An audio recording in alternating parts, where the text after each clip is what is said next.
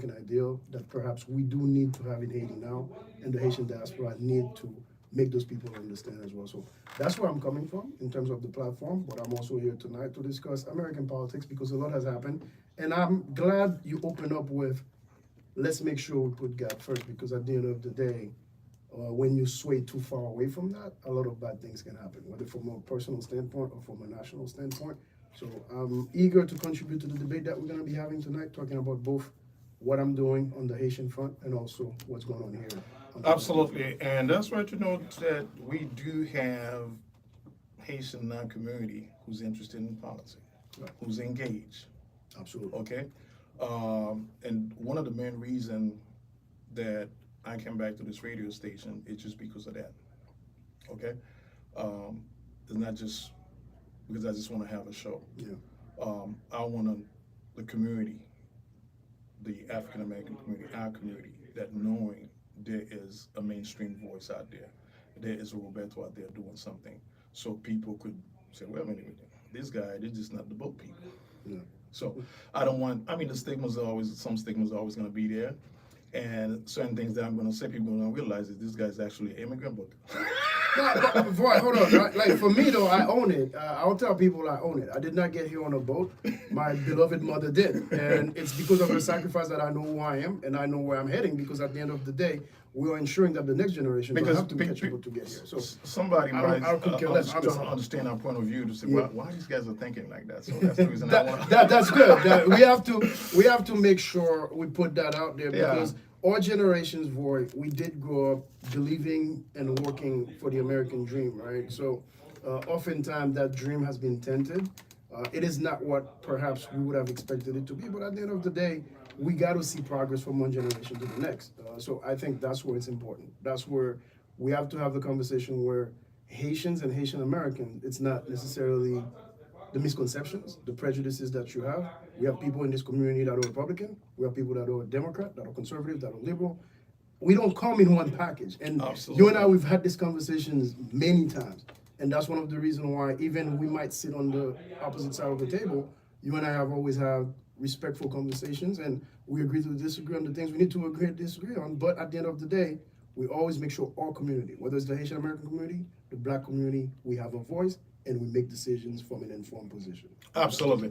So thank you, Jesus. Thank you, Lord. And we had 1680.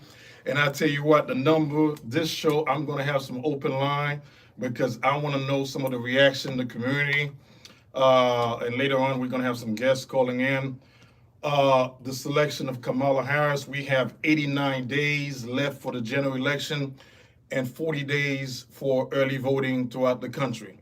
So since 17 days so far, Kamala and the mainstream media, the corporate media, they hiding her. They back on their playbook again. This is what they're doing. On Joe Biden 2020, on Joe Biden election, he was staying in the basement. Hide Joe Biden from the press. 17 days. Today, Kamala Harris has not done any press conference.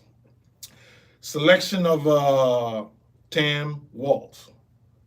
And overnight, this guy became a sensational figure.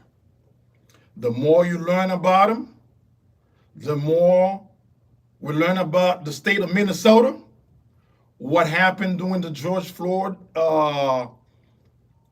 protests, and it was destroyed under his leadership. And bill that he's actually passed in Minnesota. Okay? Now, I don't understand this. We could agree and disagree, have some common sense. When a governor, and this is the most radical ticket from the left-wing media, we have a San Francisco radical running and a Minnesota radical from the left. And this is what you're trying to present to the country. And this is what Democrat is exciting about. God help us out. I was talking to some of my friends. They was actually defending this, having tampons on boys' bathroom. Okay? But I'm trying to make sense out of this. The Democrat right now, the way they're going is hide Kamala, let the media hype her up to a level all the way to the convention. No policy issues. Nothing in the economy, nothing on the border, nothing on immigration, nothing on inflation. We got 3 wars right now and a threat from Russia and China, who probably gonna invade Taiwan before the election. Something big gonna happen. So Kamala gonna be tested. And all we are here debating is a gender identity, DEI. And that's what the Democrat and the corporate media are trying to sell us. Okay? 89 today, make it 89 days left for the general election. And I've been watching some of the poll. Some of them are kind of disturbing right now because some of the swing state, 3 swing state right now, state of Georgia, Nevada, Arizona, the race is tight. But that's from the CBS poll, from the ABC, from the NBC poll. I don't know if I believe it or not. On August 19, they're going to put out a circus. As of today, 17 days, no press conference for Kamala. And according to her campaign, they're going to do that all the way to the convention so they could keep up the momentum. Okay? And for average American, gas prices under Donald Trump was $1.80. Mortgage rate was 2.5. The question we got to ask ourselves is, which direction are we going to take this country? Okay? The question I'm asking myself today, am I better off under Biden-Harris administration? Is she going to act like all this is happening and she was the vice president, she don't know nothing about it? And one reason they don't want to do any press conference because they're afraid of what she might say. She might be worse than Joe Biden. The latest news came out today. They're going to have 3 debates. The first debate is going to be on Fox, September the 4th. Second debate on ABC on the 10th. And the third debate, September the 28th. And I'm glad the first debate is going to take place on Fox. At least I know Fox is not going to give Kamala the question. But ABC and NBC, they're going to provide her the question. We already know it.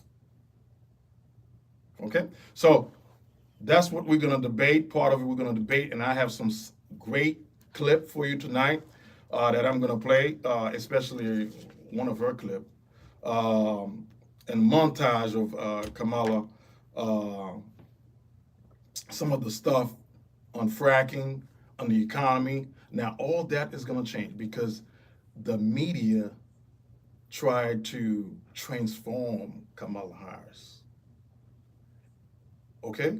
So they're trying to, whatever the mainstream media is doing right now, whatever she said in the past, no, she's going to change. But all this inflation happened under her watch. Joe's cognitive mental state of mind was fine, unless I know the Democrat, they playing this. It was actually a coup to move Joe Biden out of the race and bring Kamala in. And that was the plan. So I got some of her montage, and I'm going to get some feedback from Amania, and I'm going to take Roberto, and we're going to play some of her montage. Amania? Okay. We're going to play first? Go ahead, Amania. Okay. So it's been an interesting couple of weeks with, as Voy has mentioned, Kamala Harris has become Queen Cleopatra. And they are literally putting her into the position of presidency when no one has actually voted for Kamala Harris. Nobody has gone to the polls and nobody has actually voted for her, but yet here she is, the presidential candidate. There was no primary for the Democrat Party. Again, she was essentially given this position, and as we call it, didn't deserve it. DEI didn't deserve it. And so therefore, I am eager to see how this is going to go, as you mentioned, with her being put in this way.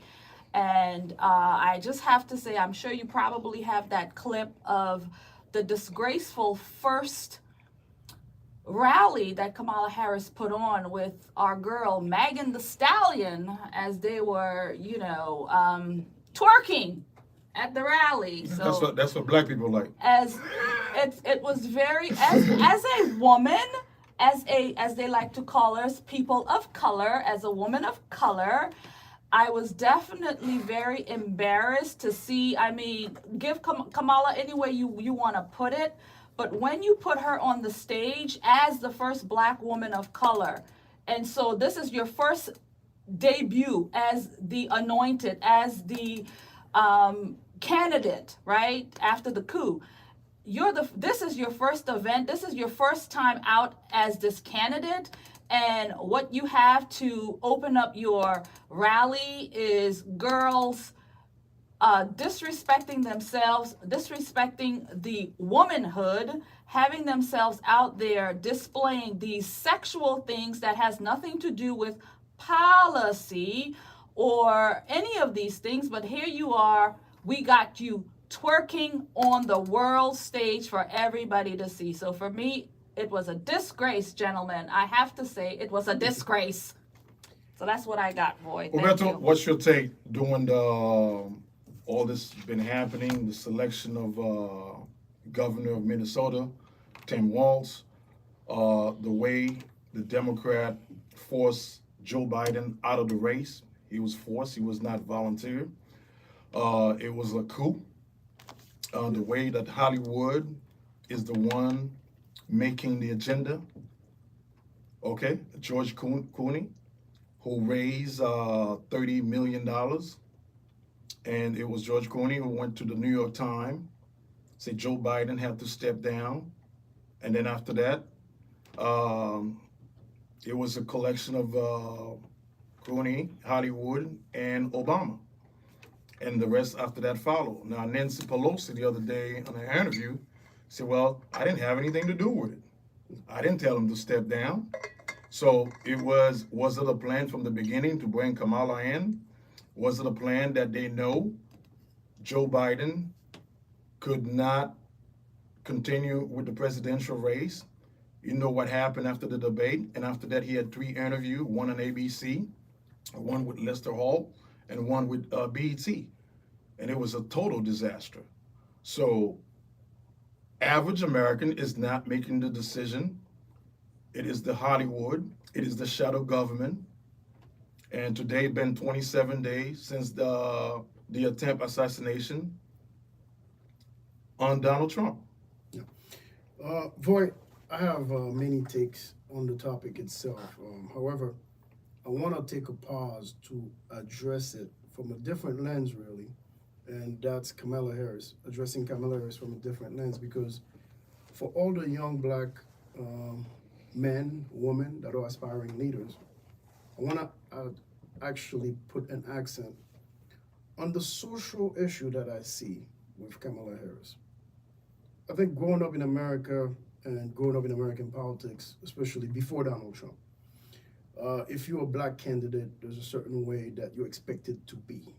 If you're a black judge, if you're a black prosecutor, if you're a black this, there's a straight and narrow that you have to walk to almost renounce your identity if you want to make it to the top of politics. I've seen a Kamala Harris that have done nothing but that actually fit to a T what the Democratic Party wanted her to be. When you talk about some of her policies in California in terms of over-policing, over-incarcerating, especially from within the black community, the poor community, it was disastrous for the black community there. She was never progressive when it comes to these things. Now you have Kamala Harris that rose up to being vice president. She had one gaffe at the border. They just literally shelved her. You haven't heard anything. It But was not a one guy. She was in charge of the border zone. No, when I said gaffe, I just want to make that social point for it because it's important for the final straw. Then they shelved her for nearly 2.5 years, 3 years. You haven't heard from Kamala Harris until the Democratic Party wanted someone to save them. Now they wanted Black Kamala Harris that can bring in the black stars, that can twerk, that can do this, that can do that. Roberto, this is the part I don't understand, and this is what the media. I was watching on ABC when she sworn in. She got elected as a district attorney. She claimed her Indian descent. No, I'm not even gonna go there. I want to make the bigger point. I want to make the bigger point. I want people to have some honest conversation. No, but here's the bigger point, though. Here's the bigger point. Yeah, I think Roberto, lay it down for us. Yeah, the bigger point is this, right? Is it easier to make it in America as a lighter complexion person, or you bring up your lighter roots than your darker roots? Meaning, was it easier for her to be an Indian American or Black American? That's besides the point, really. The main point is, this is a country that tells you to do X, Y, Z to rise up. But when that same country or that same party needs you to switch up, they'll tell you to switch up. And unfortunately for Kamala Harris, right now she's doing this tap dance. And I don't think it looks good on her. Because now you have people questioning your authenticity. The broader message that I want to give out, it's not really for Kamala Harris, that's the past to me, is for future generations of Black young men, young women. Remain authentic to who you are. Claim your roots. Be proud of your roots. If you're gonna rise to a certain position, make sure not only it's on your own merit, but it's on your own value system so that you can either impact policies that are beneficial to your community or that are even more beneficial to the entire United States of America. So Kamala Harris is gonna have to redefine herself in the shortest amount of time possible. It's not on me to do, it's on her election team. I'm glad I'm not a surrogate for her because that authenticity piece is extremely important. I saw a video clip the other day that was so cringe when it comes to it, where she was trying to speak patois and talk about her favorite Jamaican dish. That's what the Democratic Party do or does to candidates. Now you need to be more Black. You need to be, more in touch with these roots. And I think that's a problem. Before we get into policies, who are you presenting me as a candidate? So that's step one. Step two, you guys mentioned something, looking at the political aspect and the international relations aspect. I find it very hypocritical that the Democratic Party today is telling Venezuela, President Maduro, that you had a fraudulent elections. Your elections are not valid. The opposition should be in power. People are protesting even here in Central Florida. They're right, rightfully so, because your elections were not fair. Yet that same party can remove President Biden, who was elected in those primaries, and install Kamala Harris and say, hey, she's the anointed person, we're gonna find a way to make it happen. So how do you go overseas now and tell people their elections are unfair? So I think we gotta look at this from a broader perspective. I'm not even into Trump or conservative or anything else. Before anything else, I wanted to make those 2 points because I think it's very important that future aspiring leaders here understand they need to stop letting people have them dance like puppets, because at the end of the day, ultimately at the end of their career, they might have to answer for that authenticity piece when it comes to Can I add just real quick? I think it is, you have to know who you are, your identity. And so therefore Kamala Harris is very confused. And if she doesn't have, you don't have those moral stands where you know who you are, nobody can puppet you, nobody can make you dance and stumble around on your head or whatever they make you do. If you have those moral grounds, those moral staples, then it's going to be difficult to do that, because then you know where your limits are. You know what you're able to do, what you're not able to do. And Kamala Harris does not seem to have those things. She's going to be whatever chameleon, whatever it is she needs to be in the moment for whoever she's tap dancing for. And right now she's tap dancing to the Black Americans looking for that Black vote. And so I think that she's disingenuine when it comes to these things, because she's not really moving from a standpoint of morals where who you are, and things like that. So for me, that says you're a hypocrite in all different forms of it. It's all being staged like a show. It is a show. Now let me get to that part. People are hurting, No, and then listen. you got about 40% of the American, 40% of the Democratic side who's buying into this, who buying into the sexism, to the identity politic, who buying to the gender, who actually buying right now with their selective, I'm gonna call them tampon, tam. Waltz, who actually had a bill passed in Minnesota having tampons in the boys' bathroom. What sense does that make? So now, Voy, here's the beauty about being an independent. Now I'm gonna push back on the other side. Since President Donald Trump entered the arena of American politics, it's been a show. It's been the Donald Trump show. I don't care if you were the evangelical from that Republican Party. Trump bulldozed everybody out of his way. It's been that. I think for Democrats to stand a chance in these elections, they needed to bring their own show to town. And that's what you're having right now.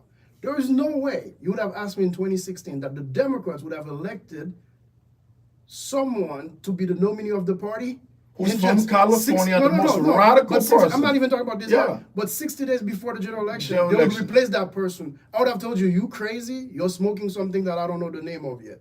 But to beat Trump, they needed to do something out of the ordinary, something that everybody's like, wait, what? What just happened? So now this is the new era of American politics. Whether you like it or not, this is showmanship. Who's gonna outdo anybody? You just mentioned it, Amania, like, that was a concert. The introduction of Kamala Harris to the national political scene. In Atlanta. Yeah. That had nothing to do with politics. It was about, let's make her cool, let's get some memes from the internet. But Donald Trump moved us there into that direction. Whereas you have to be consistently in the news media. It's no longer about the 15 minutes. You have to be there 24/7 in order to stay in front of the American people. So the Democrats finally are saying, well, we need to have our own show. Now, what show is going to deliver the day of the elections, where the American people are going to go, okay, now we're hurting at the pump. You said at the pump. We're hurting in the streets. Homelessness is killing us. Hygiene, insecurity, poverty is killing us, where people cannot even afford soap to actually wash their kids' clothes. In Orlando right now, it's a housing crisis, and you need, for a first-time home buyer, you need an income of $100,000, $108,000 to purchase a home. And that's just a regular standard home. Regular standard home. Okay, so, and when I seen people wasting time, when she's not, we have 89 days left, and she's not talking where she's standing, how she gonna combat inflation. The only thing she's talking about, reducing food costs, but she's gonna target the company. But I just don't get it. And people are buying into this nonsense. But from a political campaign standpoint, she's doing everything that is by the playbook. Whereas at this stage, it's, do you want to have a beer with Kamala Harris? Is she likable enough for you to have a beer? It's not even about policies at this stage. Now, is the national media going to hold her accountable to say, okay, what is your policy from a domestic standpoint? How do you intend on ensuring the economy grows for every single American? We're talking about Black Americans in this country. The global economy has shifted pre-COVID. After COVID, that economy is even way ahead. Now where we're talking about tech-driven, where a lot of people are talking about four-year education is no longer the thing of the future. You need to have some kind of a skill, and whether it's for skills you can learn or acquire within 12 weeks, 8 weeks, that's what's gonna get you a job. We're not even talking about these things right now. Hold on a second, because I got a whole montage of Kamala. I know I have you for a short period of time. Hopefully, if I could keep you a little bit longer, because we having some serious. Jeff, take me to some Bluetooth clip right now. Let me know when you're ready. There we go.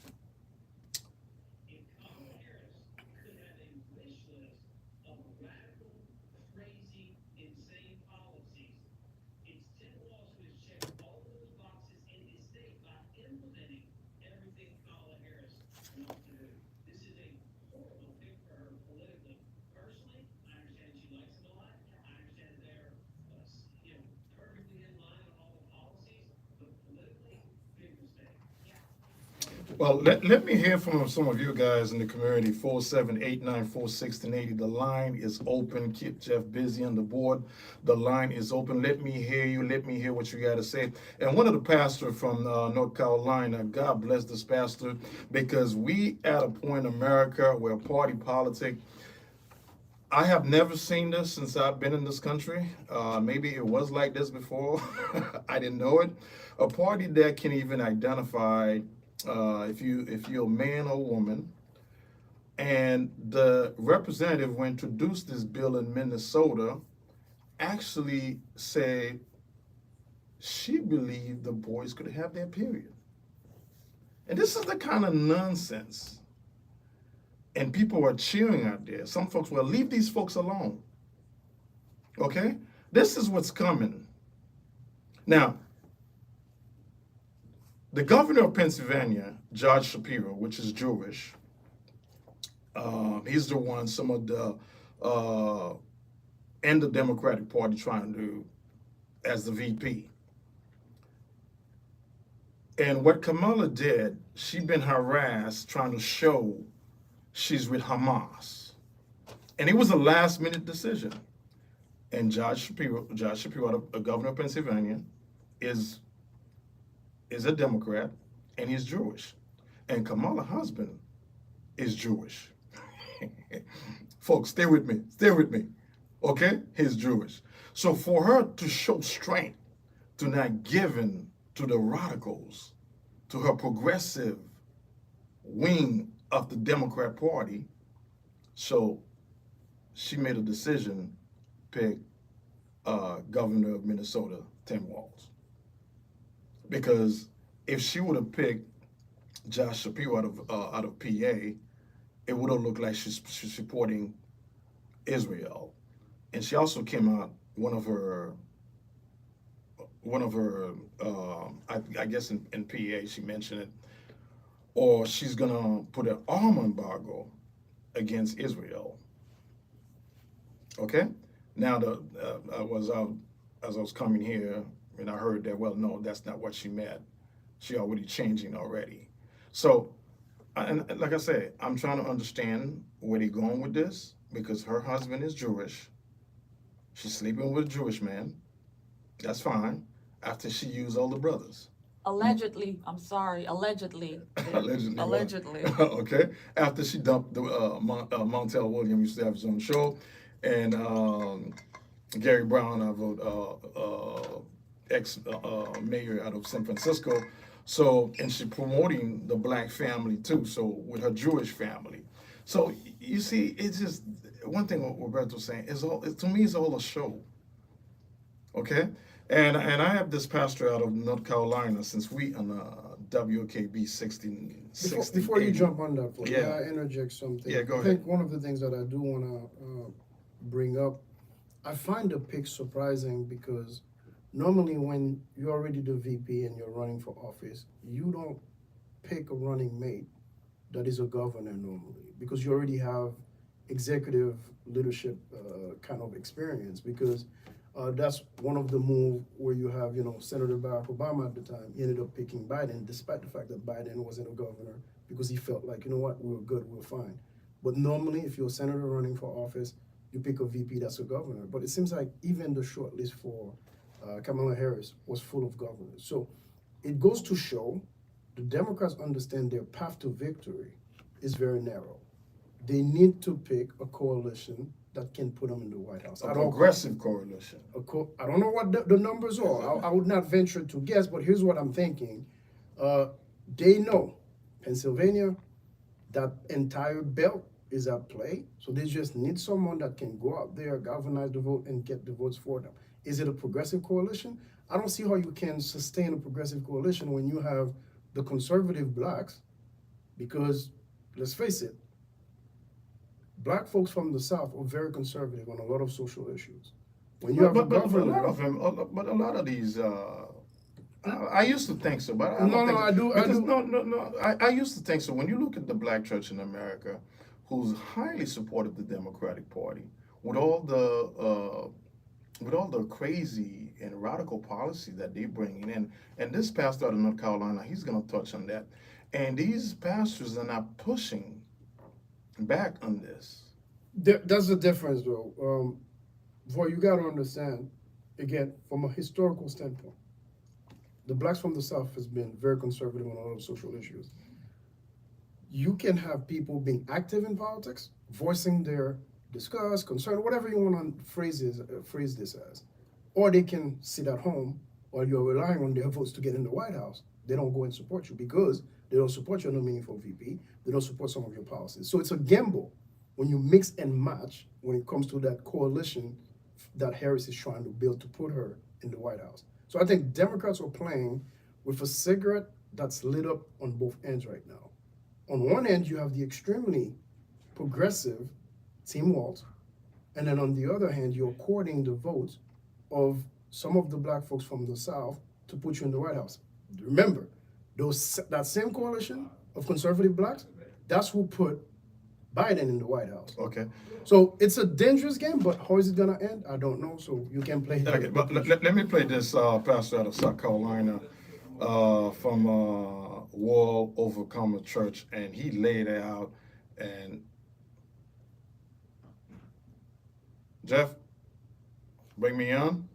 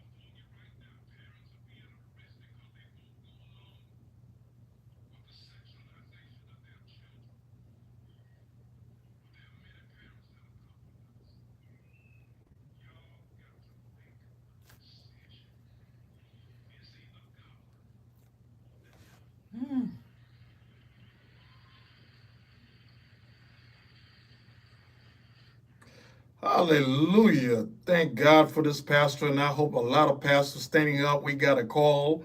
We got a call. Thank you. Thank you. Go ahead, put it on, Jeff. Put it on where that call is coming from.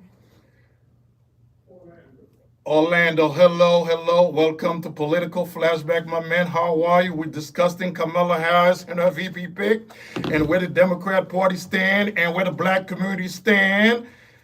Talk to me, brother.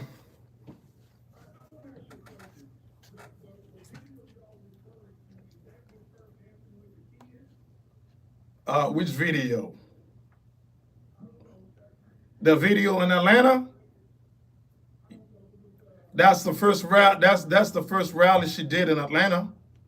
That's the video we were referring to. Yes, the video in Atlanta when she first her campaign rally in Atlanta.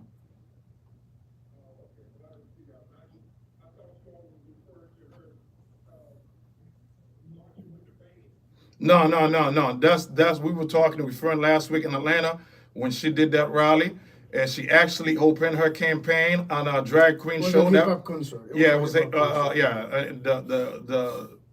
was a rally. Megan Thee Stallion. Megan Thee Stallion, the rally is all over the internet, so you could watch it. That's her first rally, but she actually opened her campaign. She actually opened her campaign video on Ruth Paul's show, on the drag queen show, and that's what she's selling America. Thank you, my man. Do we have another call on the line, Jeff? Well, that's it. Oh man, God, I want to hear some of. I want to hear some of the pastor here in Orlando who always push for the Democratic Party. I want to hear from you. I want to hear what Roberto just say. We in the South always a conservative. We're all the conservative Democrat. Social. If socially, because what's happening in America, America is being transformed, it's being changed, and we like the pastor just said, we need God in our life. I know a lot of us are preaching every day, but when you look at what are you preaching, are you accepting this what's happening in America right now? We got another caller. Hello.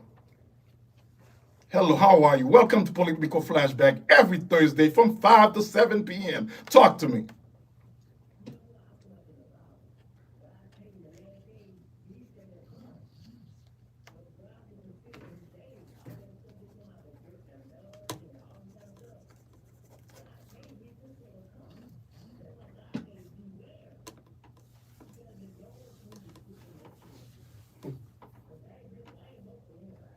Well, but a lot of these, we swallowing it, sister.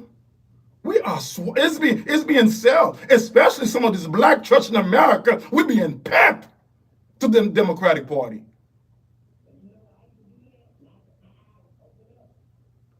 You know, where's America's gonna be? Look at where America under Joe Biden and the Harris administration. Now imagine it's not gonna be 4 years of Harris. It's gonna be 8 years.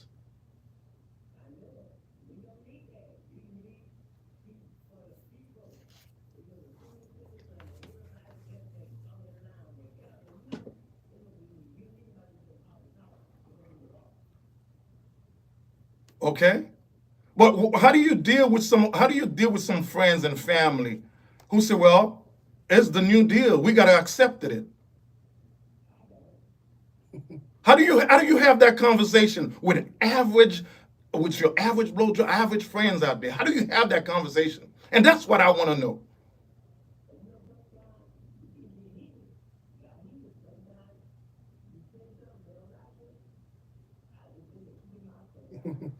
Just walk away, right? But if we do, we're losing the society.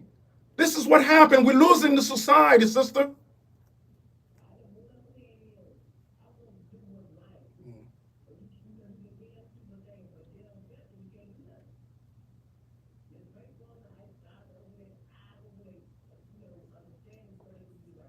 This is the best America could offer? Beside, I mean, excuse me, it's not like Trump is the best. I accepted it. But with some of these, and you just heard the pastor out of North Carolina, I can't do this no more. I was having a conversation with some of my friends today, and I said, did you realize, have you looked at the record of Tam Walls?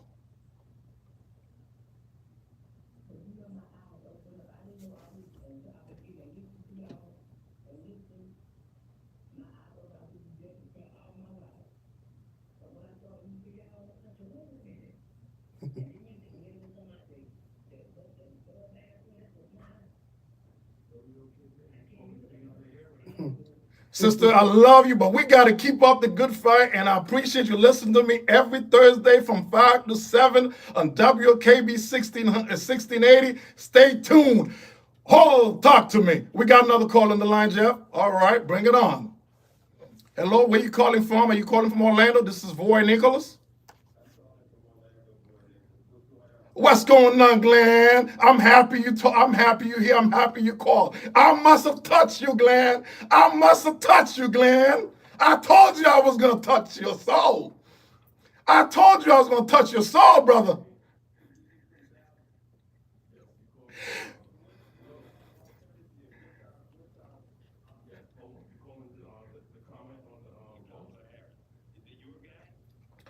Glenn, and oh, well, I'm not, okay. I'll let you go on. Go ahead. Go ahead, Glenn. Go ahead. Go ahead. Bring it on. Bring it on. I want you, because I think that's the first thing Kamala Harris going to say on the debate. But bring it on.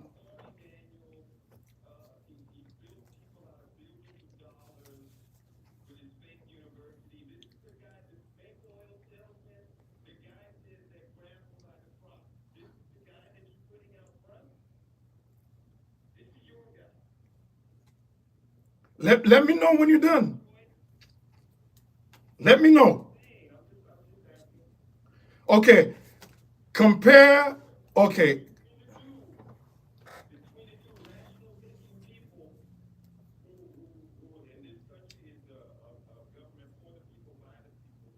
I don't think the Democrat is think that.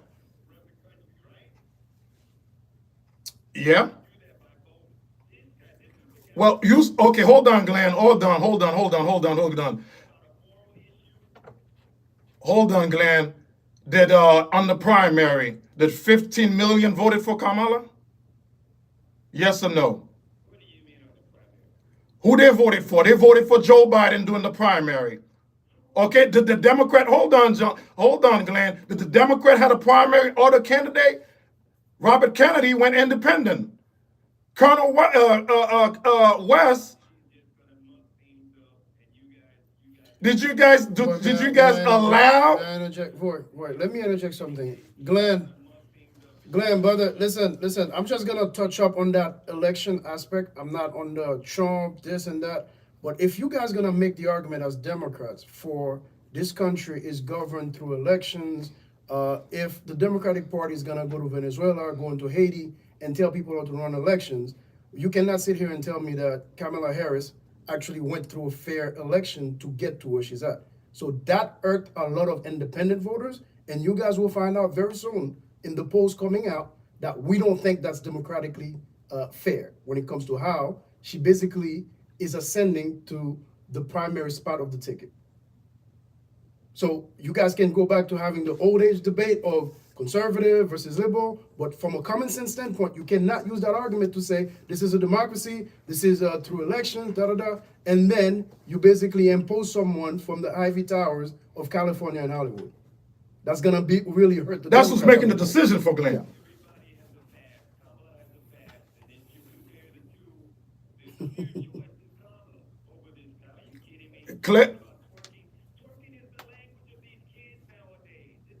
So is it acceptable? No, is it acceptable for the young, aspiring black man and woman, though? It's degeneracy. That's what it is. It's not This is acceptable. the highest office of the land. Kamala Harris, just like my aspiration, my hope, my beloved President Barack Obama, there's a standard. When I tell my son, you ought to be someone, this is the pinnacle of black greatness. Look at Barack Obama, to me. So if I'm gonna tell my daughter to look at the first black woman president of this country, I expect certain things. You cannot tell me too wrong to make it right, brother. I'm hearing you about Trump. You're absolutely right.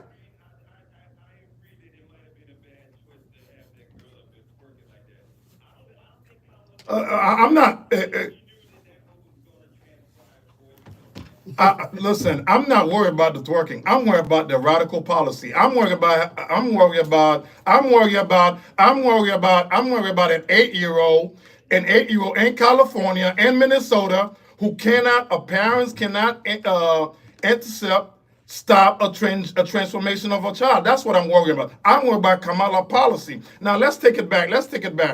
In 2016, when Barack Hussein Obama spied on Donald Trump, first time in campaign. Now let me break it down to you. The Democrat had 2 impeachment. Now they couldn't get him an impeachment. Okay, they continue with the political persecution, and that's what you come to that trial. Alvin Bragg, who's the prosecutor in Manhattan, when he first looked at the case, he said there is no case. That's number one. Letitia James, who persecuted the president, persecution, the president, now they weren't satisfied with that. The Supreme Court came up with the immunity cases. They're not happy with it. Then on July 13, they're trying to take a shot at him. And that's your Democratic Party. They're trying to take a shot at him. Look at the failure and the competence of the Secret Service. And then look at and like this pastor in North Carolina say, I can't do it. When they when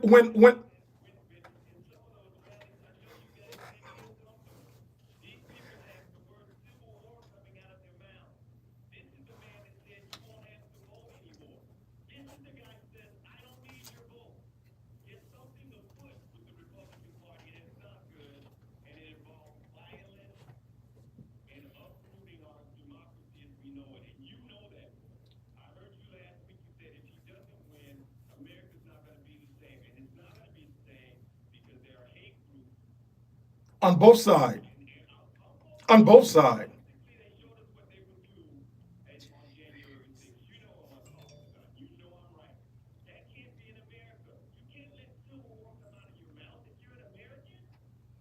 You know, So, Glenn, from this position here, I wholeheartedly agree with you. I believe as Americans, or political debates, and at the poll.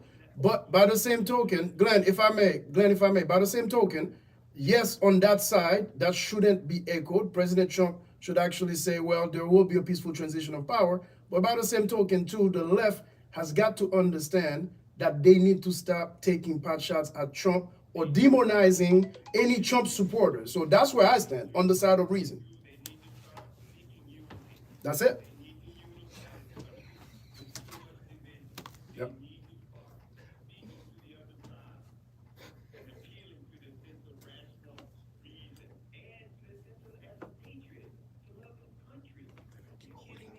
That's sorely lacking everywhere. And again, we don't do civil disobedience or civil debate anymore. I love you too.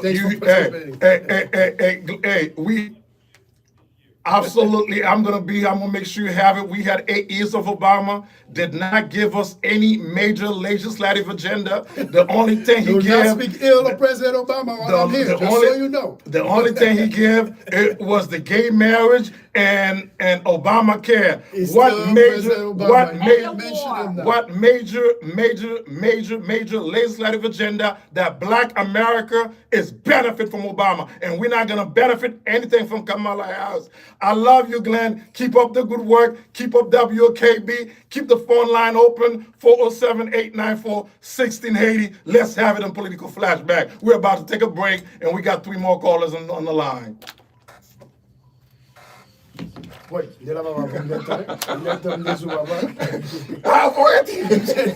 I knew he was gonna do this and tell me to stay. Oh yeah. This man. Good job, man. Good job. Keep it up. But, no, I'm gonna come through. Okay, 1 minute to ball. I'm going to ball like No. That's better. That's better.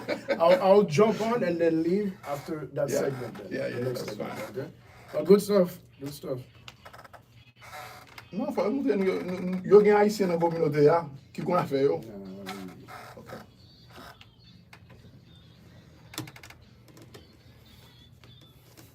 The phone, I told Jeff I was gonna keep him busy at the board.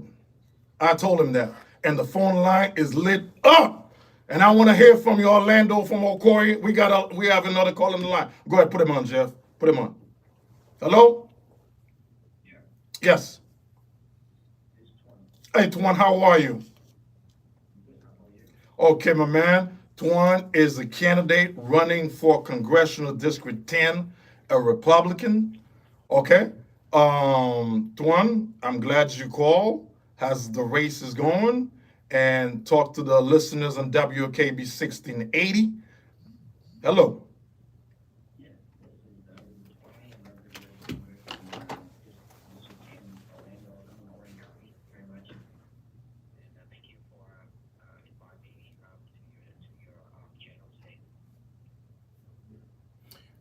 Tuan, this is Roberto here. I got a couple of questions for you. I mean, you decided to run against a very popular Democratic representative here in Representative Frost. What prompted you to get in the race? Why running against him?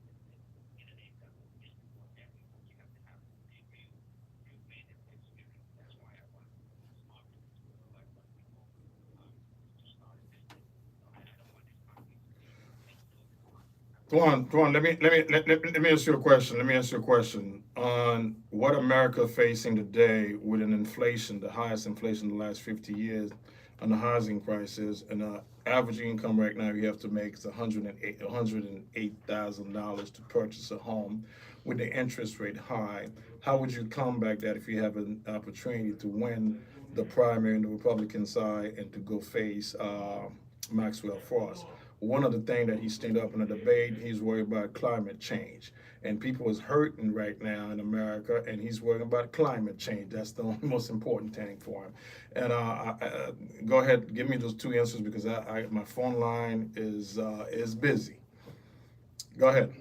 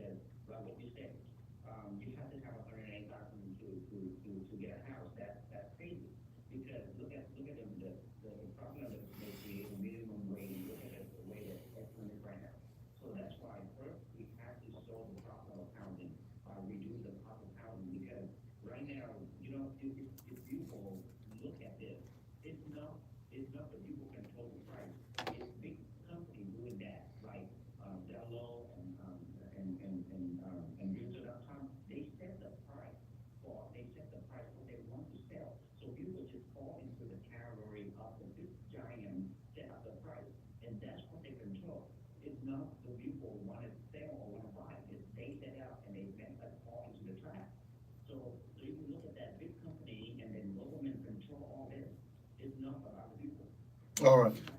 Okay. Voy, I got one last question for him. My question really has to do with campaign finance. Very quickly, I know Congressman Frost raised about $2.7 million. I've already spent $2.1 million, and he's got about 953,000 cash on hand. How are you doing in terms of fundraising to go against him?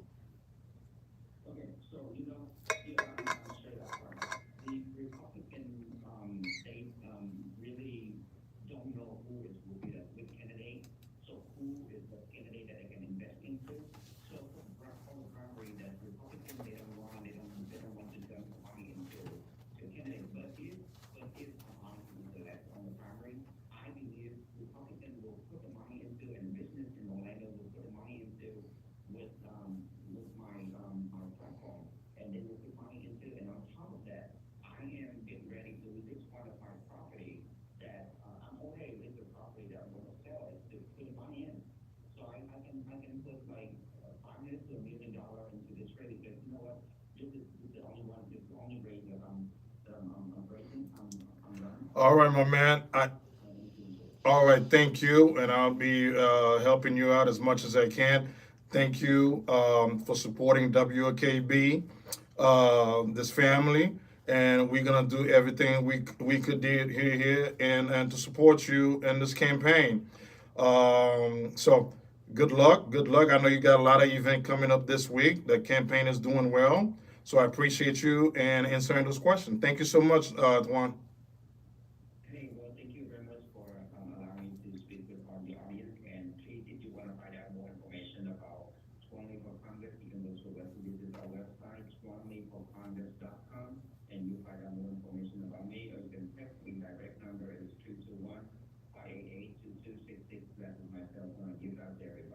Thank you so much. Have a wonderful afternoon, and I know you're gonna be busy this week, and you're gonna be busy this weekend. All right? Okay. Thank you so much. Let me put the other caller on. Thank you for your patient callers. Thank you. Yeah, we're gonna take every call. Don't worry. Don't worry. We're gonna take every call. Welcome to Political Flashback with Voy Nicholas. Hello? I'm doing wonderful, my man. How are you? I'm doing great. It's nice to see that tonight the scale is right side. Okay? Unfortunately, I couldn't be there tonight because of an overtime for my kids.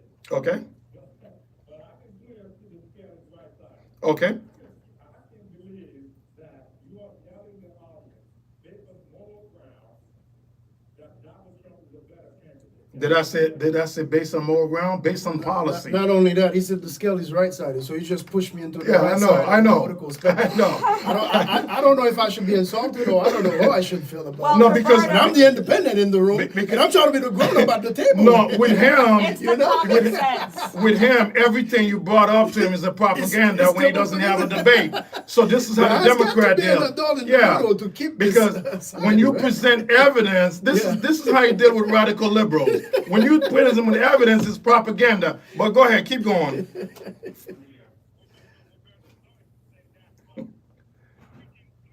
see that when you try to balance it, when it's in his advantage, he's okay. It's not in his advantage.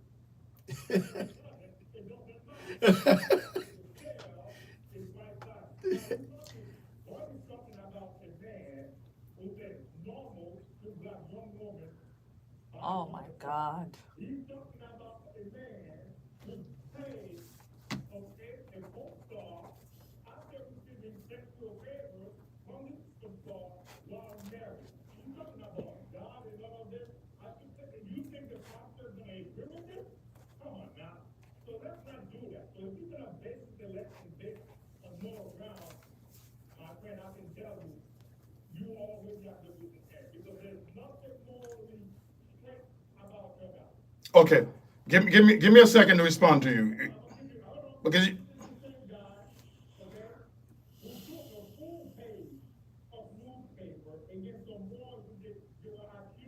Oh, come on.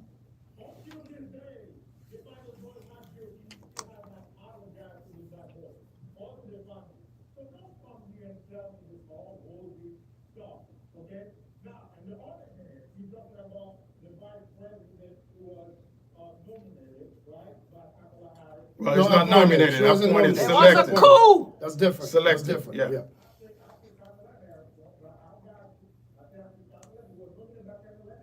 Selected.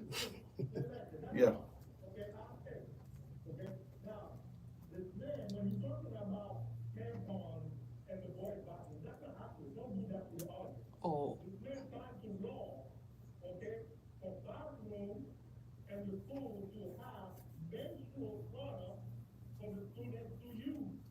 This is the man who make it possible for kids in Minnesota to have thrillers, okay, while in school, to be able to learn and not worry about food. So don't do that. Don't inflate the audience saying that he put tampons and the boy body. The man signed to law to have menstrual products and everybody. Okay, are you done? Okay, did you read his bill? Who sponsored the bill? So menstrual product is not tampons?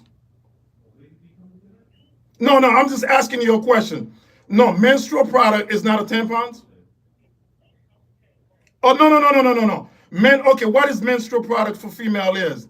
What is menstrual product for female? That's gonna be in female's bathroom and boys' bathroom. That's what the law is. Okay. Okay, so no, hold on, caller, hold on. If you're gonna come direct, don't try to go around a circle, because tampons is part of menstrual product. So that's what your liberals and your radicals trying to change. You're trying to change the topic. Menstrual product is female product. He wants to have it in both male and female bathroom. Just like when Biden appointed Khadijah Jackson to the Supreme Court, they asked her to define a woman. She's like, I'm not a biologist. That's number one. And number two, Trump, with his bathroom talk, locker talk that we men have, he did not affect it. Hold on a second. Hold on. Let me respond to you. Let me respond. No.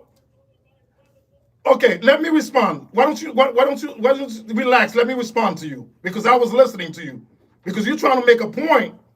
He's not affecting the society by having a private conversation in a locker. He's not affecting society when the Stormy Daniels signed an non-disclosure agreement. It was a private consent compared to the Democrat trying to push transgender transformation and in a society where Barack Hussein Obama legalized gay marriage. He's not trying to affect the society compared to what the Democrats trying to promote. So before you criticize his moral standard, look at the policy that Kamala Harris trying to push when she launched her campaign with a drag queen. Okay? So I don't understand how your liberal's mind is thinking, trying to make it acceptable. And even you trying to change the language, stating that menstrual cycle product is not part of the tampons. That's insulting. Let me take another caller. I got another one, man, because no, it's not just being loud. I'm trying to make sense. I'm trying to make sense. I know, I got so many calls.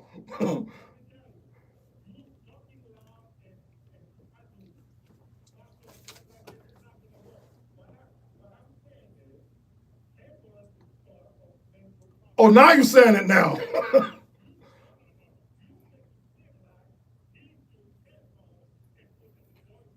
That's exactly what he did, yes. Oh, come on, man. Johnny.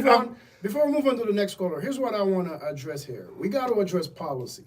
And I know, Johnny, you're talking about the fact that moral ground, this and that, and what have you. You cannot tell me that it makes sense to take menstrual products, whatever you guys want to call it, and put that in men's bathroom.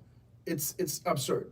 Now, by the same token, let me finish. By the same token, when you have Governor DeSantis here rewriting history and taking certain books when it comes to slavery, the Civil War out of the system, today was one of those eye-opening days for me, where now, as a parent, I have to sign 3 different levels of consent of what level of access my child has at a school library for the very first time. I think this is asinine. I don't want my government in my bedroom. I don't want my government in the education of my child. It is on both sides now that you guys are bringing way too much government into America. So there's a bigger issue at play, and I dislike it with a passion when liberal and conservatives are arguing, pushing back, but we're not looking at the common sense approach of how government has invaded our lives and is making decisions for us that shouldn't be.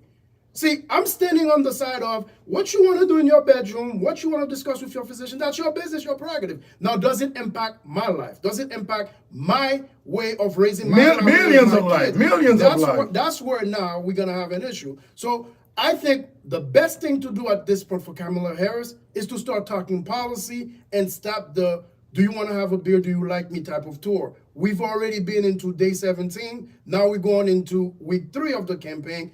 What are some of the policies? If you guys keep arguing about moral high ground and everything else, you will lose these elections because the Republican Party is much better at this than you. And I'll give you an example. I've been involved in politics here long enough to know about Swift Boat veterans. When John Kerry, moment, was reduced to a deserter, someone who abandoned his troops, that started already with Waltz right now, where you have people coming out he actually lied. That served with him, that already telling you he quit before he went to Iraq. He said he was a sergeant major. He wasn't. The Republicans are going to beat you on experience. So the only thing Kamala Harris and the Democrats might have going for them is policy. So you're not going to convince a guy like me by trying to argue who's got the moral high ground, this and that. No, what are the policies? So until you Democrats can figure that out, you will think that everybody's on the right side. Because common sense has got to prevail at this. Thank you. Amen. Amen. Thank you, Roberto. That was great. My man, I got a whole lot of call on the line, so make you quit because bring the debate with common sense. Go ahead.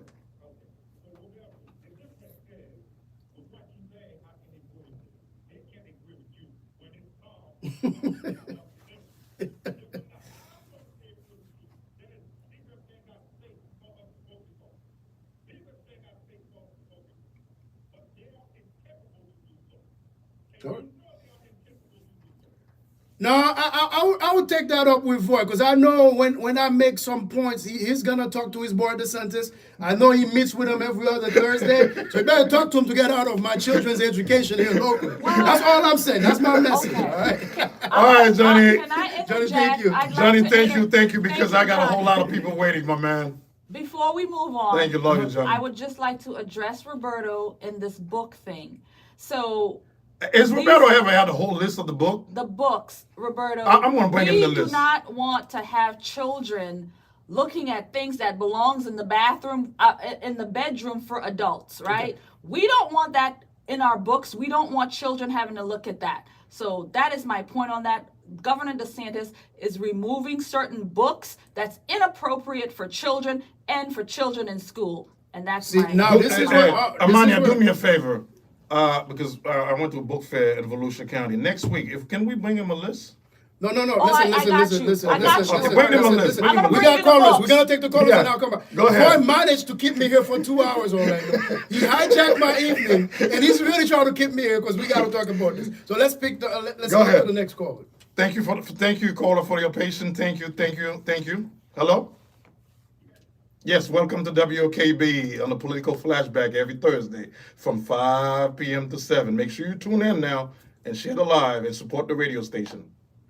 Well, I'm really happy to hear you guys are doing this.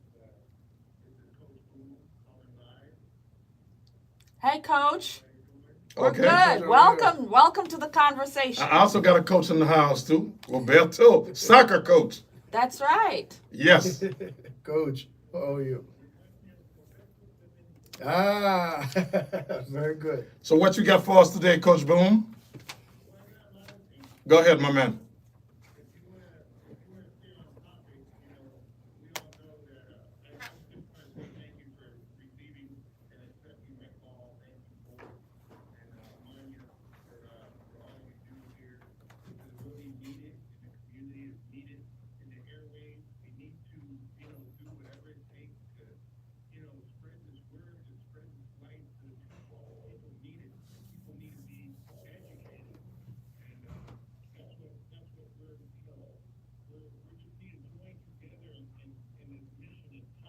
Yes, sir.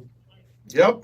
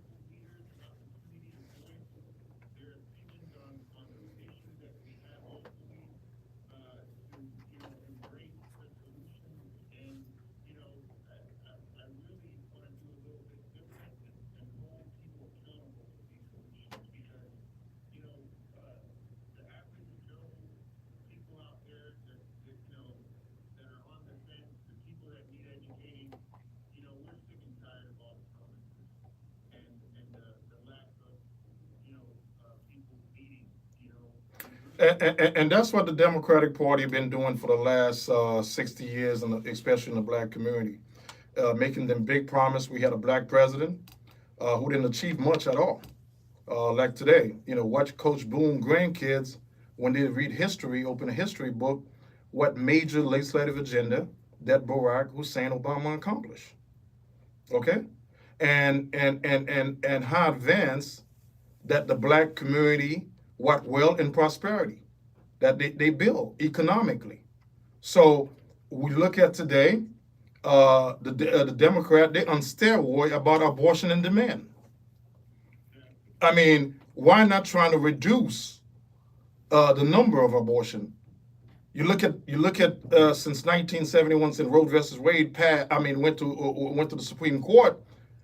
Now Kamala Harris, with all their lies and the Planned Parenthood, they're spending $40 million plus. All Trump supported sent it back to the state. Nobody's gonna take your right away. Two things I'm hearing on the campaign right now. They're gonna take black people vote away. Nobody, ain't no black man or black woman cannot vote anywhere in America. Nobody's suppressing the vote. I don't know any county or any state in the country, and I'm involved both with Democrat, what they call the Project for Voters, and the Democrat. I have not seen any statistic where the black vote is being suppressed, and that's just misinformation, disinformation. Okay, so not anywhere in America, all we ask, you have an ID to vote. You have, under this administration, Biden and Kamala Harris bring 15 million illegal immigrants, taking resources out of the black community. Look at what happened in Chicago. Look at what happened in Boston. Look at what happened in Washington, D.C. They're closing black school, and look at how much benefit that they are receiving, okay, with Mayor Adam in New York and in Chicago, and we have a housing crisis, and thank God we had Governor Ron DeSantis in Florida, because it would have been worse in Florida.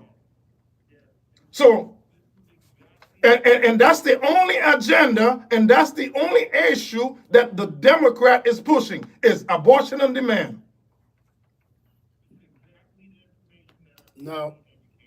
Now, I know the coach is on announcing something. I need to jump on at some point. So, Coach, are you done? Because I know you got a few things going on, because I got to get that boy. That is twice he hollered at my boy Barack Obama there. There are two main political figures that I love in this country. Ronald Reagan, Barack Obama. That tells you who I am. Why you love Obama? Give me a second now. I could care less what you think. Is it Republican, Democrat? Because Ronald Reagan, well, when Ronald Reagan understood what America needed, he did what he had to do. My parents actually ended up being legal resident in this country due to Ronald Reagan. I'll forever be grateful for that. Barack Obama represent a promise made. When Dr. King said everything is possible in this country. Was the promise delivered? Barack Obama. Was the promise delivered? Can I finish? Was the promise delivered? Can I finish? Barack Obama actually became the concrete evidence that, to your point, you can amount to anything in this country if you do things the right way. Now, from a symbolism standpoint, Barack Obama could have been in office, some people will disagree with me, and not accomplish a single agenda. Now I can tell my son, my daughter, racism or whatever it is in this country shouldn't prevent you from accomplishing whatever you need to accomplish it. So now, let's leave Obama and set Reagan alone. Give me 1 second. Give me 1 second. So is that the symbolism right now? We're trying to elect a woman. No. A black woman. It's the same symbolism. Come on, Roberto. Is that It's the the same symbolism? thing. So no, I wanted to establish that. Now you mentioned Governor DeSantis. The one thing I'm grateful for Trump is that he kicked, you know what, DeSantis, and made sure he came back to being a governor. In my opinion, DeSantis is so far right and so much more dangerous than Trump, America's gonna find out in 4 years how dangerous this man is. This is a man that is trying to erase the black history. This is a man. He's not. That's not true, This is a Roberto. man. Come on now. This That's is a not man. true. We That's not counsel true. Governor Come Reagan. That is on. not true. May I? This is a man who actually, as a Republican, don't believe in businesses. This is a man that went after one of the biggest employers in this state, and have cost this state Pedophile so Disney? much money. Come on, So man. now y'all can run everything on social. Now, if you start talking about DeSantis, y'all gonna hear another side, because I think when Trump is done, he better not pass the torch to him, because he's gonna have a lot of independent going against that movement. Just so you know. Okay, Go ahead. Coach. Of course.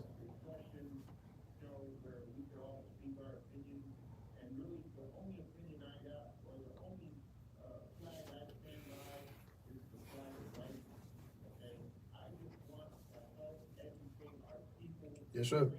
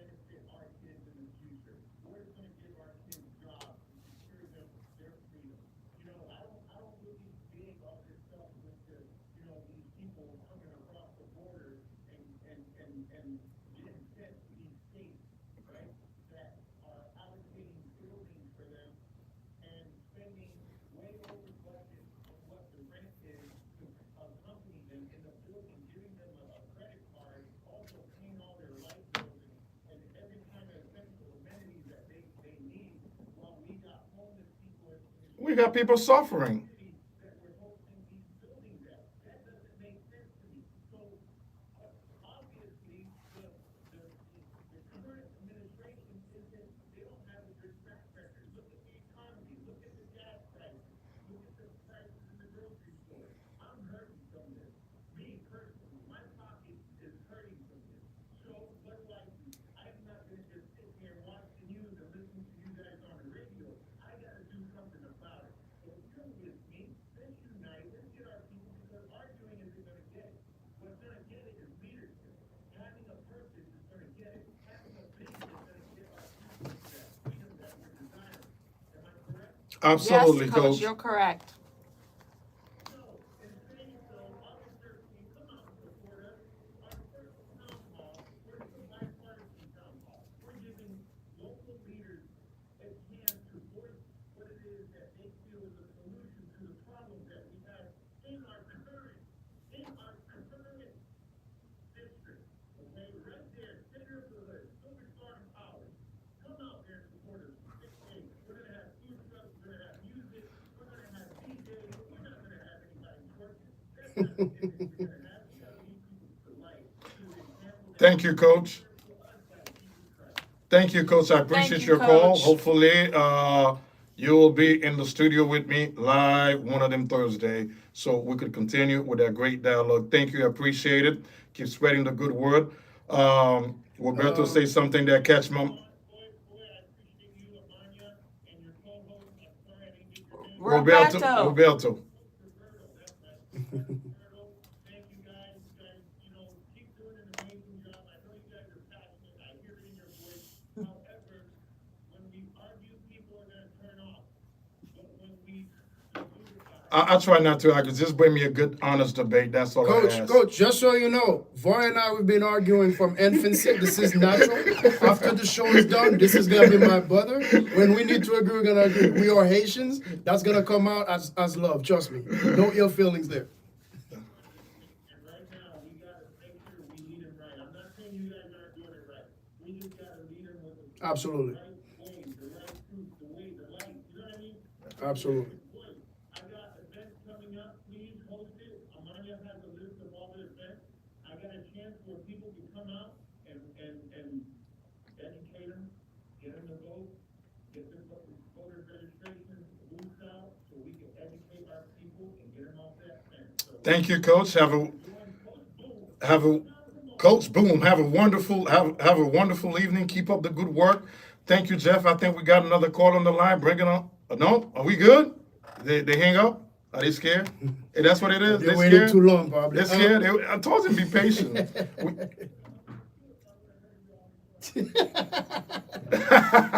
Wow. Thank you, Coach Coach Boom. Boom. Thank you. Thank you. Bring the good debate for those out there. You could participate. The phone line is open. All the line is open. 478941680. One of the things that Roberto said symbolized, and this is what the Democrats are going for. First black woman, first Indian woman, and what he got in his mind. This is what they want to portray. To say now a woman could be president. Forget about the economy. Forget about what's happening in the border. Forget about what happened with inflation. Forget about the 15 million illegal immigrant we got into this country. Forget about the transgender issue that's being transformed to our kids. Policy. You know I'm a policy guy. Let's talk about policy. In what context did candidate Barack Obama rose to the leadership of the Democratic Party when it comes to the primaries, if you recall? Because let's not rewrite history. That is why I don't want Governor DeSantis to rewrite history, because I'm a student of it. I love history. We can. So here's the deal. President Barack Obama, at the time Senator Obama, was not actually leading in the poll.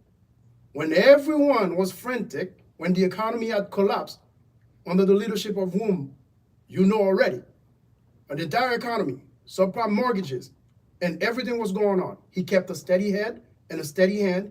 That's how he became the chosen candidate from the Democratic Party to lead. He went through the gauntlet, qualified as the nominee of the Democratic Party. Let's not do the same thing here and knock that down.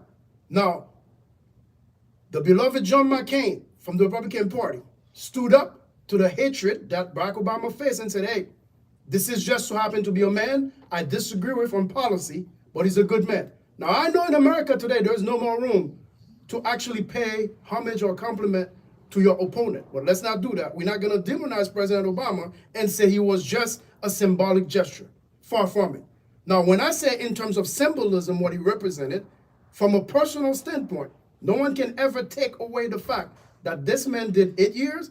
This man did not have a single controversy and actually did it the right way. Oh, I could give you a whole list. I could give you a whole list. If we Yeah, I got a- I could give transitioning, you a whole list. I got a few too. Yes, I bro. don't have time, but I could give you a whole if list. we transitioning into Benghazi, Kamala that's Harris, one of them. Benghazi, he did one of the, and then one of the things that he regret, killing Gaddafi, okay?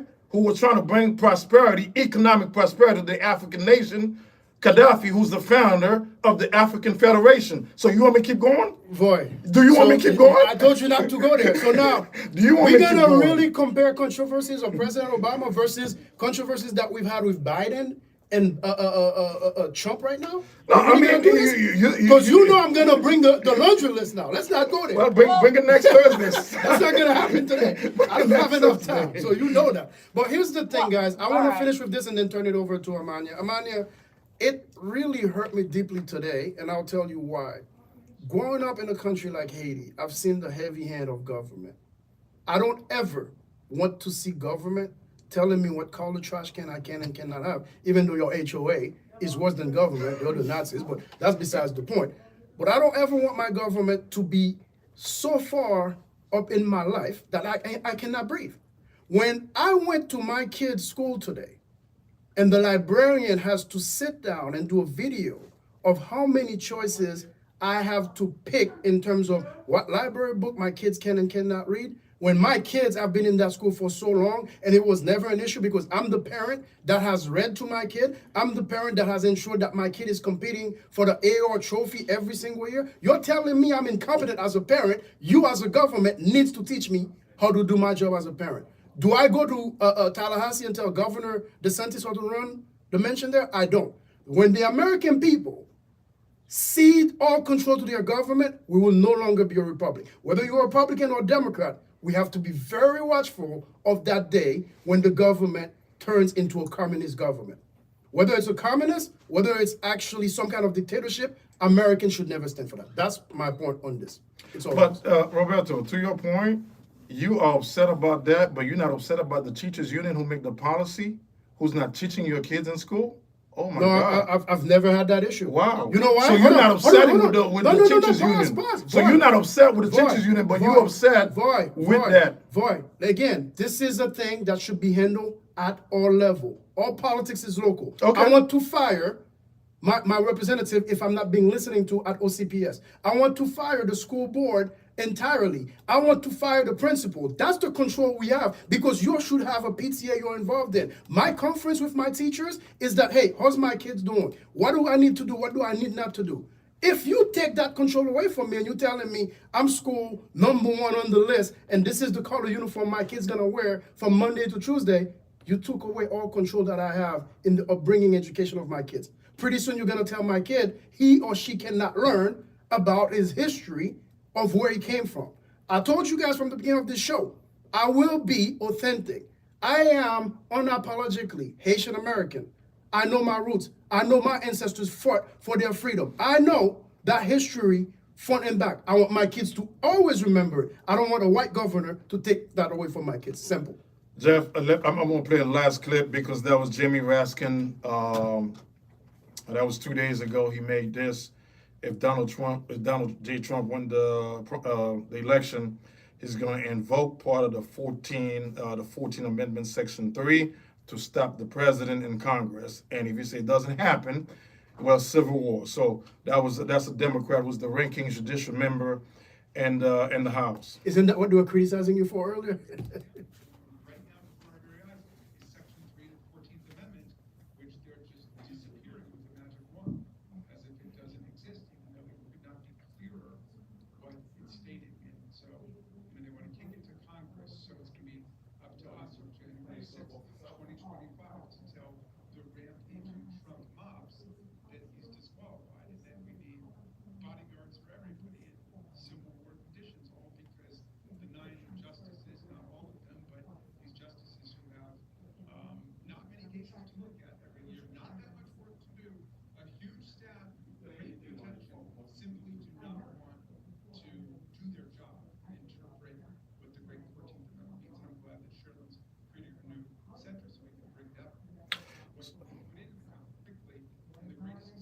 And this is what they prepare. That's their plan.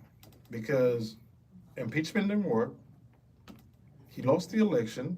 I mean, they stole the election It's true. with absentee ballot. Okay? And they're trying to bring COVID back. It didn't happen.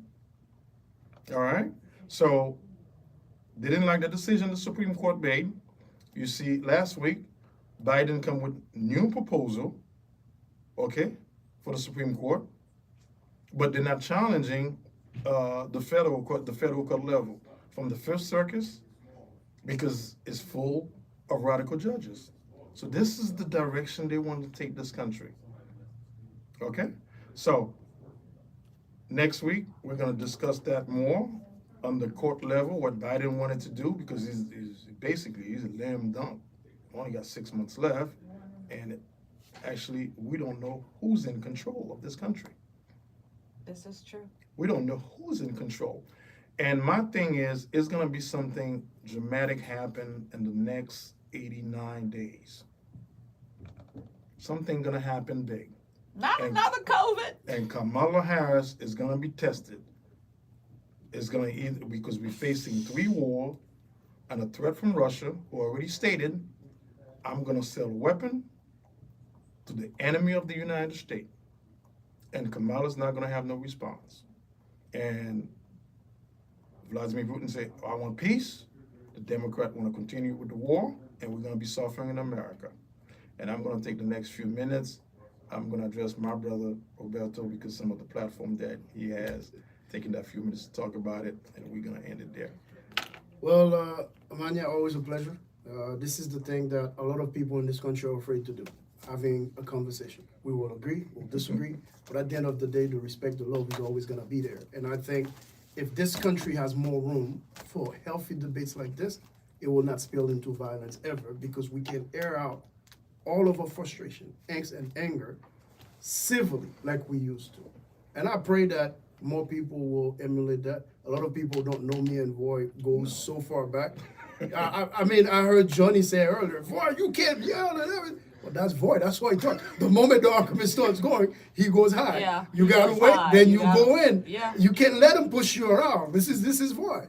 So I appreciate the invitation, man. Now you're gonna have me suckered in and coming here almost every other Every Thursday. day, oh, Man, Thursday. I appreciate it, and I think the job that WOKB is doing in this community is sorely needed. For far too long, our votes as black voters have been taken for granted. Because we have to do that, Roberto.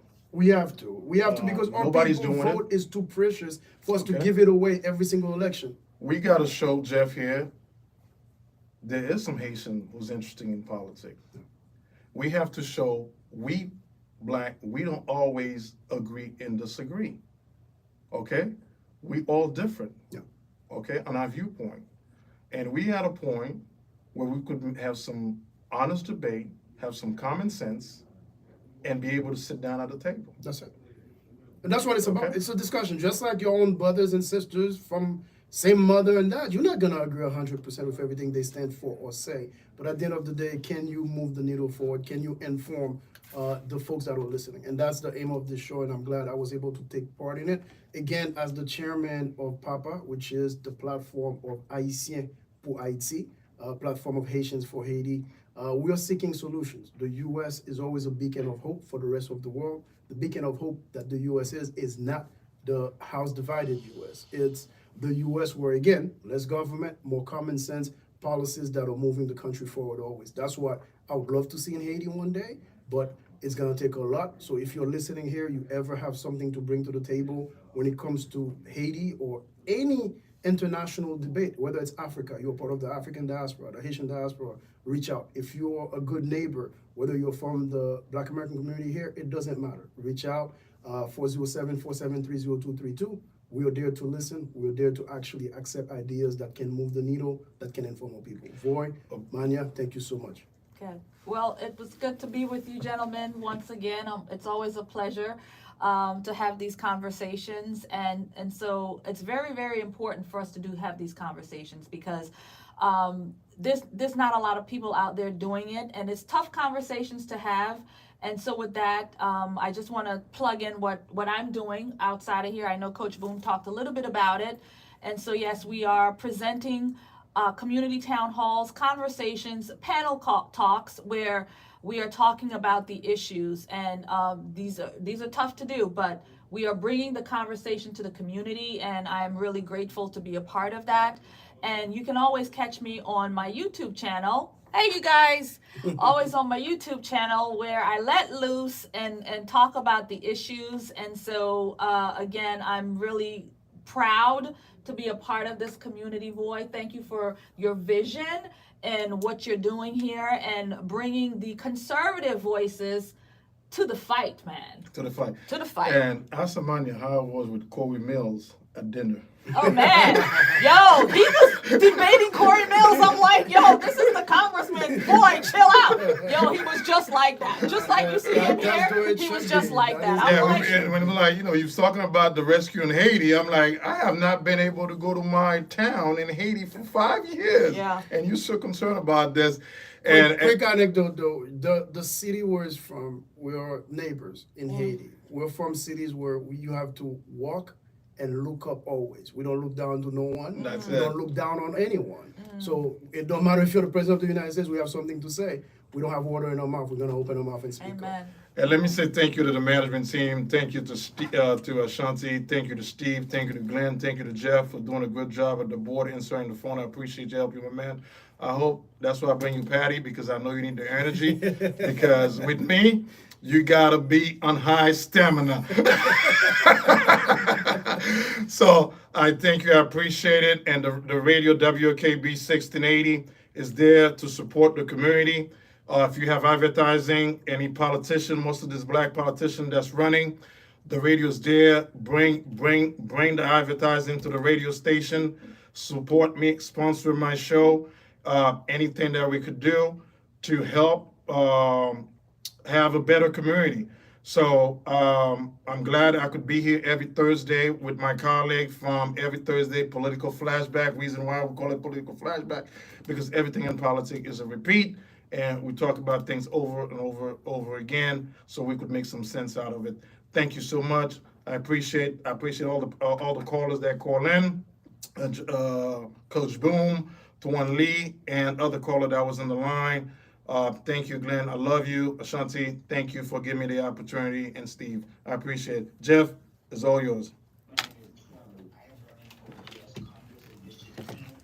Kidnapping Papa. Ba ou fè, you what up cafe, no? And he knows. I am all these people. Amania, I'll see you later.